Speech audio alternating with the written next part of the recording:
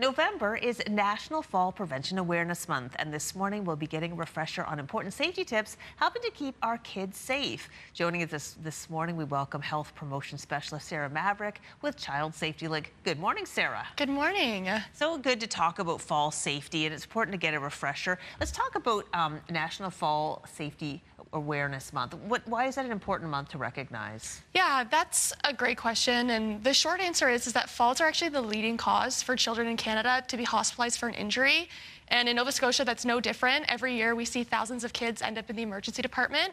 And I just want to clarify that when we talk about falls, we're not talking about those everyday bumps and bruises of childhood. We're talking about those serious life-altering falls that can affect a child's health and development. Do you have some examples of those types of falls? Yeah, so for young kids who spend so much of their time at home, we often see these falls in the home and often in places we don't think of as risky. The most common tends to be the bedroom. So kids either falling onto the bed or off of the bed. Sometimes this could be a baby rolling over for the first time, taking parents by surprise. Next, we often see it in the living room. So kids who are either climbing on a couch or standing on a couch and then falling onto a hard surface like the floor or a table.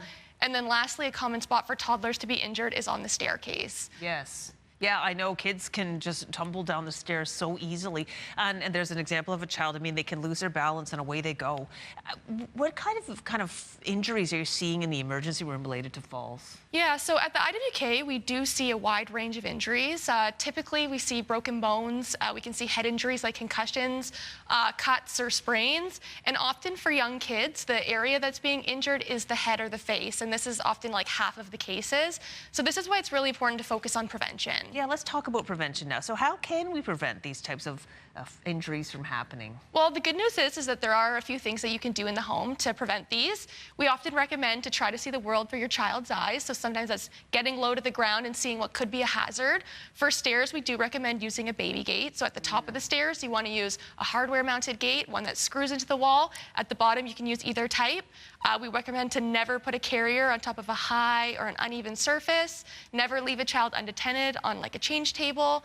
And then lastly, just to remind other people who are involved in the care of your child, like a babysitter or a grandparent, to follow these tips as well. Yeah, the stairs. Gosh, I feel like at a certain age when the kids begin to crawl and walk, all they want to do is get up the stairs. Yeah, kids are very curious. They're very curious. So you've got the gate is a great idea. And the other thing too, I guess, is when children are going up and down the stairs, to hold their hand and take it slow. Yeah, you want to teach them those great stair tips and also keep the stairs free of clutter because they can be a tripping hazard, but just remind kids that they want to walk, not run, and hold the railing. For sure. Okay, let's talk a little bit more. I want to dig into this a little bit more because we got the stairs.